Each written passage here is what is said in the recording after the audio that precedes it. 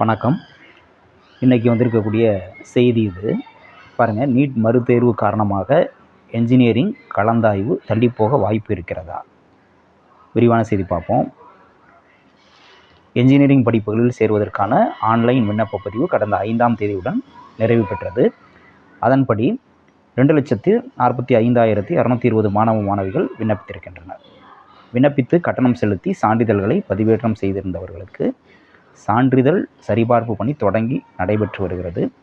இந்த பணி நிறைவு பெற்றதும் வருகிற 29ஆம் தேதி தரவரிசை பட்டியல் வெளியாக உள்ளது. பொதுவாக மருத்துவ படிப்பு மாணவர் சேர்க்கை கலந்தாய்வை மையமாக வைத்து என்ஜினியரிங் படிப்புக்கான கலந்தாய்வும் இருக்கும். ஏனென்றால் என்ஜினியரிங் படிப்பில் சேர்ந்தவர்கள் மருத்துவ படிப்பில் சேர இடம் கிடைத்ததும் அங்கு சென்று விடுவதால் என்ஜினியரிங் படிப்பில் அந்த காலியிடம் அப்படியே தேங்கிவிடும். இதனை கருத்தில் கொண்டே என்ஜினியரிங் கலந்தாய்வு நடத்தப்படும். இந்த நிலையில் நடப்பாண்டு நீட் தேர்வு வினாத்தாள் கசிவு விவகாரத்தால் அந்த தேர்வு ரத்து செய்யப்பட்டு தற்போது மறுதேர்வு நடத்தப்பட இருக்கிறது. இந்த நடைமுறையால் மருத்துவ படிப்பு மாணவர் சேர்க்கை கலந்தாய்வு தாமதமாகும். அதன்படி பார்க்கையில் என்ஜினியரிங் படிப்புக்கான கலந்தாய்வும் தள்ளிப்போக வாய்ப்பு இருக்குமா என்ற கேள்வி மாணவ மாணவிகள் பெற்றோர் மத்தியில் இருந்து வருகிறது.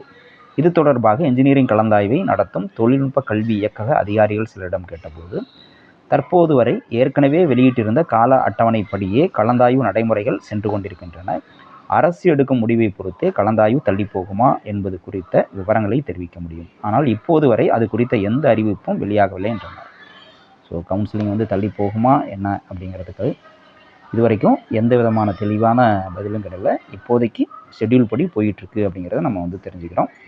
நம்ம ஏற்கனவே சொன்ன மாதிரி இப்போதைக்கு சாய்ஸ் ஃபில்லிங்க்கான காலேஜ் லிஸ்ட்டை நம்ம செலக்ட் வச்சுக்கிறதுக்குள்ள அந்த வேலைகளை தீவிரமாக நம்ம பார்க்கணும் அப்படிங்கிறத மைண்டில் வச்சுக்கோங்க. வாழ்த்துக்கள். நன்றி.